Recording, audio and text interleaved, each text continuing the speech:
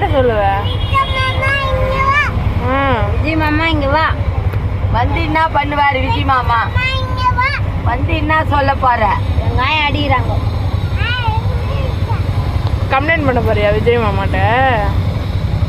சொல்றா சொல்லுவியா? சொல்லுவியா? என்னன்னு சொல்லுவ?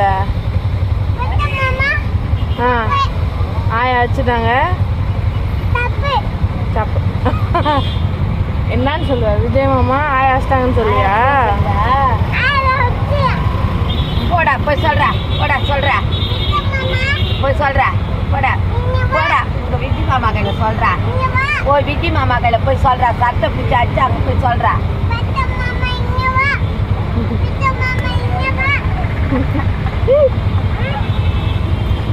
விஜய் மாமா சிரிப்பாரு. இப்ப போட்டோ அமுக்கி வச்சா